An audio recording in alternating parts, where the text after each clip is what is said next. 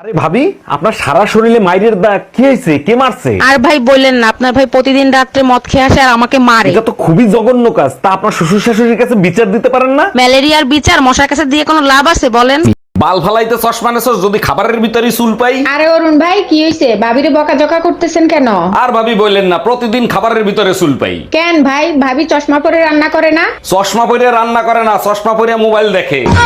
অরুণ ভাই, আপনি তো ভাবিকে অনেক ভয় পান। ভাবির উপর মেজাজ খারাপ হইলে তখন আপনি কি করেন? ওর উপর মেজাজ খারাপ হইলে কখনো কিছু বলি না, শুধু 4-5 কেজি চিংড়ি মাছ এনে কুটতে দেই। এই ঠাকুরপো, আজকে কি রান্না করব? কি খাবা তুমি? আরে ভাবি, তোমার মিষ্টি হাতে যা রান্না করবো ওটাই খাবো। হইছে, আর ঢং করতে হবে না। বলো তোমার কি পছন্দ আর কি খাবা? আমার তো পছন্দ তোমার বোন, ওটাই। এই, তুমি কার সাথে রাত কাটায় আসলা? কোথায় গেছিলা? সত্যি করে বলো। তোর মার সাথে গেছিলাম, সারা রাত বসে রামায়ণ শুনছি। ও আচ্ছা, তার রামায়ণ শুনে তুমি কি শিক্ষা লাভ করলা? আরে রাখো তোমার শিক্ষা, আমি তো এখন পর্যন্ত বুঝতেই পারলাম। ভাবি, শুনলাম এবার শীতে নাকি ভাই থাকবে না, দেশের বাইরে যাবে।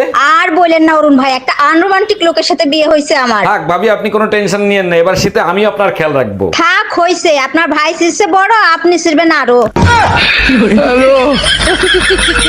ভাইজান, শুনলাম আপনার বউ নাকি ড্রাইভারের সাথে পলাই গেছে। আর ভাবি বললেন না, চরম বিপদে পড়ে গেছে। এখন বলেন তো কি করি? আরে ভাইজান, পলাই গেছে ভালো হয়েছে, এখন আরেকটা বিয়ে করবেন। বিয়ে তো আরেকটা করতে পারি, কিন্তু আমি তো ঘর জামাইছিলাম, আমারে কি এখানে থাকতে দিবে? হলো হলো হা হা হলো হলো হা হা সং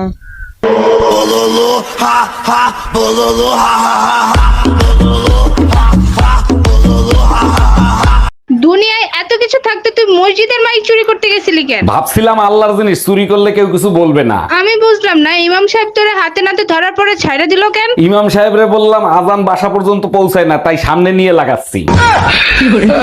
এই, তোমার হাতে কি হয়েছে? হাত কাটটা তোমার নাম লেখছি। নাম লিখছো, ভালো কথা, তা বাইন্দা রাখছো কেন? নামের বানান ভুল করছি। নামের বানান ভুল করছো? কি নাম লিখছো? রুম্পার জায়গায় রুম্পা লেখছি। ওই হাত আমি কাটটা টুকরো টুকরো করে ফেলাবো। সকাল থেকে পাশের বাড়ির ভাবি তোমারে ফোন দিচ্ছে, ফোন রিসিভ করো না কেন? ভাবি কেন আমারে খুঁজবে? মনে হয় তোমারে খুঁজতেছে। রিসিভ করে কথা বলো তো। লাউডে দিয়ে আমি রিসিভ করতেছি, তুমি কথা বলো। হ্যালো। অরুণ ভাই, কি কম্বল এনে দিয়েছেন? কম্বল দিয়ে আপনি বের হয়ে গেলে কম্বল ঠান্ডা হয়ে যায়। এই, তোমার হাতে কি হয়েছে? হাত কাটটা তোমার নাম লেখছি। নাম লিখছো, ভালো কথা, তা বাইন্দা রাখছো কেন? নামের বানান ভুল করছি। নামের বানান ভুল করছো? কি নাম লিখছো? রুম্পার জায়গায় রুম্পা লেখছি। ওই হাত আমি কাটটা টুকরো টুকরো করে ফেলাবো। তোর বয়স 20 বছর, বিয়ে করলে 80 বছরের একটা বুড়ো রে। হ্যাঁ করছি তো, কি হইছে? কিছু হয় নাই। কি দেখে বিয়ে করছিস সেটা বল। এক হলো মোটা ইনকাম আর এক হলো হাতে দিন কম। ও আচ্ছা। আচ্ছা ভাবি, বিয়ের দিনটা আপনাদের কিভাবে কাটে? বিয়ের দিন আমরা শাড়ি, জুয়েলারি, মেকআপ এসব নিয়েই ব্যস্ত থাকি। বলেন কি, এত কিছু করতে হয়? অনেক কিছু করতে হয়। আর আপনারা কি করেন? আমরা শুধু রাতের অপেক্ষা করি। এই কারণেই সারা জীবন বোর হাতে মাইর খান। কি গো, এই ওই দেখো মোরক মুরগিটাকে কত ভালোবাসে, আর তুমি আগের মতন আমাকে আর ভালোই বাসো না। তুমি মোরগটা কতক্ষণ ধরে দেখছো? আধা ঘন্টা ধরে। আমি 7 দিন ধরে দেখছি, মোরগটা একই থাকে, শুধু মুরগিটা পাল্টায় যায়। ম্যাডাম, আমি বিদ্যুৎ বিভাগ থেকে আসছে, আপনার মিটারে সমস্যা আছে, চেক করতে হবে। ভালো করে চেক করে ঠিক করে দেন। মিটারে এত বিল কেন আসে? বিল কোথায় আসে? 2 মাসে মাত্র 2 ইউনিট বিল আসছে। 2 ইউনিট বিল কেন আসবে? আমি তো শুধু লাইট জ্বালাই, মোমবাতি খোঁজ।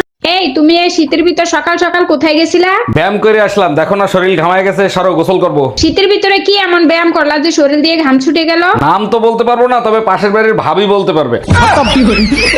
Bye bye, tata, good bye.